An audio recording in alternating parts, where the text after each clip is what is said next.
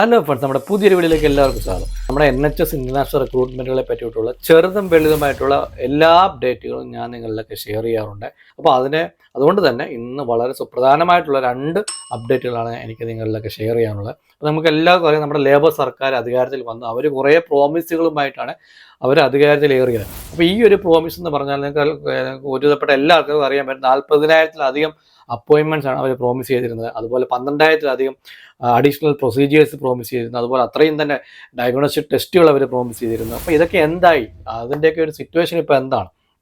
അപ്പം ഈ കഴിഞ്ഞ ദിവസങ്ങളിൽ നിങ്ങൾ അറിഞ്ഞു കാണും, വീണ്ടും നമ്മുടെ വെയിറ്റിംഗ് ലിസ്റ്റ് 8 മില്യൺ ഇതിലേക്ക് റെക്കോർഡ് ലെവലിലേക്കാണ് ഇപ്പം വെയിറ്റിംഗ് ലിസ്റ്റ് എത്തി നിൽക്കുന്നത്.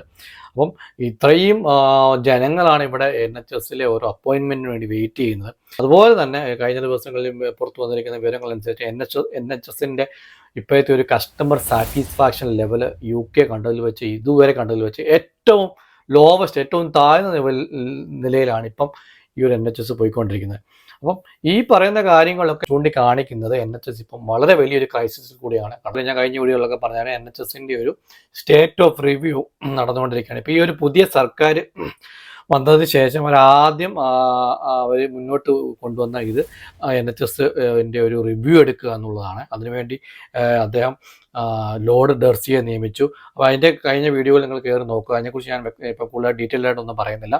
അപ്പം ഈ ഒരു സ്റ്റേറ്റ് ഓഫ് റിവ്യൂ നമ്മുടെ സ്കോട്ട്ലൻഡിൽ നടന്നതനുസരിച്ച് chairman of BMA doctor Alan റോബർട്ട്സന് ഇപ്പോഴത്തെ ഈ ഒരു സിറ്റുവേഷനെ കുറിച്ച് അദ്ദേഹം ഗവൺമെൻറ്റിനെ ചൂണ്ടിക്കാണിച്ചിരിക്കുന്നത്, ഇപ്പം നമ്മളെ ഇപ്പോഴത്തെ ഈ ഒരു NHSൻ്റെ ഈ ഒരു കറണ്ട് സിറ്റുവേഷനിൽ ഈ പറയുന്ന ഈ ലേബർ സർക്കാർ പ്രോമിസ് ചെയ്തിരിക്കുന്ന ഈ ഒരു 40,000 എക്സ്ട്രാ അപ്പോയിൻമെൻറ്റ്സ് പെർ വീക്കും അതുപോലെ ഈ 12,000-ലധികം ടെസ്റ്റുകളും ഒന്നും ഈ ഒരു കണ്ടീഷനിൽ, ഈ ഒരു സിറ്റുവേഷനിൽ നടക്കാൻ പോകുന്നില്ല. ഇതൊരു പ്രായോഗികമായിട്ടുള്ള കാര്യമല്ല എന്നാണ് അദ്ദേഹം പറയുന്നത്.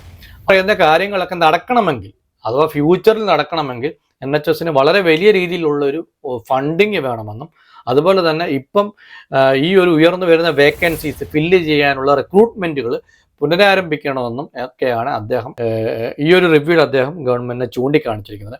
അപ്പം മെയിനായിട്ട് അദ്ദേഹം പറയുന്ന 2 കാര്യങ്ങളാണ്. ഒന്ന്, NHSന് അത്യാവശ്യമായിട്ട് ഫണ്ടിങ് വേണമെന്നും അതുപോലെ തന്നെ ഇപ്പോൾ ഉയർന്നു വന്നുകൊണ്ടിരിക്കുന്ന ഈ ഒരു വേക്കൻസീസ് ഫില്ല് ചെയ്യണമെന്നും. ഇപ്പോൾ അദ്ദേഹം മെയിനായിട്ട് പറയുന്നത് ഇത്രയും വലിയ ഈ ഒരു 40,000-ലധികം എക്സ്ട്രാ അപ്പോയിൻമെൻറ്റ്സ് അവർ ഷെഡ്യൂൾ ചെയ്യണമെന്നുണ്ടെങ്കിൽ തന്നെ ഇത്രയും സ്റ്റാഫുകൾ ഇവിടെ വേണം, ഇവിടെ എക്സ്ട്രാ സ്റ്റാഫുകൾ വേണം. അപ്പോൾ അതിനുവേണ്ടി നമ്മൾ റിക്രൂട്ട്മെൻറ്റുകൾ വീണ്ടും തുടങ്ങണമെന്ന് അദ്ദേഹം ചൂണ്ടിക്കാണിക്കുന്നുണ്ട്. അതുപോലെ തന്നെ റിക്രൂട്ട്മെൻറ്റുകൾ മാത്രമല്ല, റിക്രൂട്ട്മെൻറ്റുകളോടൊപ്പം തന്നെ ഇപ്പോൾ ഉള്ള സ്റ്റാഫുകളെ റിട്ടേൺ ചെയ്യാനുള്ള പുതിയ പ്ലാനുകൾ തയ്യാറാക്കണമെന്നും അദ്ദേഹം ഗവൺമെൻറ്റിനെ ചൂണ്ടിക്കാണിച്ചു. അപ്പം ഇപ്പം നടന്നുകൊണ്ടിരിക്കുന്ന റിവ്യൂവിൻ്റെ അടിസ്ഥാനത്തിലാണ് അദ്ദേഹം ഈ ഒരു കാര്യങ്ങളൊക്കെ ഗവൺമെൻറ്റിനെ ചൂണ്ടിക്കാണിച്ചിരിക്കുന്നത്. രണ്ടാമത്തെ അപ്ഡേറ്റ് അനുസരിച്ച് NHS കോൺഫെഡറേഷൻ കഴിഞ്ഞ ദിവസങ്ങളിൽ പുറത്തുവിട്ടിരുന്ന കണക്കനുസരിച്ച് വളരെ വലിയൊരു പ്രതിസന്ധിയിലൂടെയാണ് ഇപ്പോൾ NHS പോയിക്കൊണ്ടിരിക്കുന്നത്.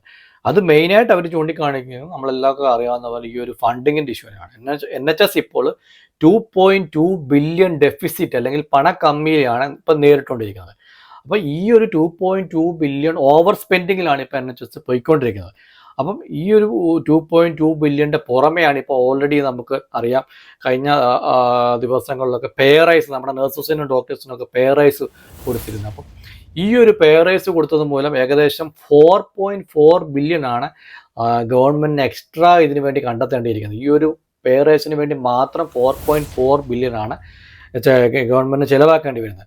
അപ്പോൾ അതിൽ ഹെൽത്ത് സർവീസസിന്, ആരോഗ്യ മേഖലയ്ക്ക് കുറഞ്ഞതൊരു 1 ബില്യണെങ്കിലും കണ്ടെത്തേണ്ടതായിട്ടുണ്ട്. ഗവൺമെൻറ് നമ്മുടെ ഹെൽത്ത് സർവീസ് അത്യാവശ്യം നല്ല രീതിയിൽ കൊണ്ടുപോകുന്നതിന് ഒരു 1 ബില്യൺ കണ്ടെത്തേണ്ടതായിട്ടുണ്ട്.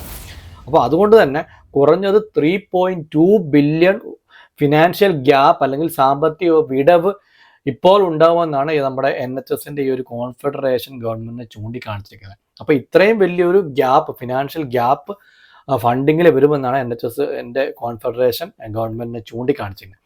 വളരെ വലിയൊരു ഫണ്ടിങ് ക്രൈസിസിലൂടെയാണ് NHS കടന്നുപോയിക്കൊണ്ടിരിക്കുന്നത്. അതുകൊണ്ട് തന്നെ നമ്മൾ NHSൻ്റെ confederation CEO mister Matthew Tyler ഗവൺമെൻറ്റിനെ ചൂണ്ടിക്കാണിച്ചിരിക്കുന്നത്, ഇപ്പോൾ ഈ വരുന്ന വിൻ്ററിൽ നമുക്കറിയാമല്ലോ, ആ ഒരു ഗവൺമെൻറ് ഇപ്പം ഒരു റിവ്യൂ നടത്തുന്നുണ്ട്. ആ ഒരു റിവ്യൂവിന് ശേഷം അവരൊരു 10 വർഷത്തെ ഒരു 10 ഇയേഴ്സിൻ്റെ ഒരു ലോങ് ടൈം പ്ലാൻ ചെയ്യുന്നുണ്ട്, അത് പുറത്തു വിടുന്നുണ്ട്.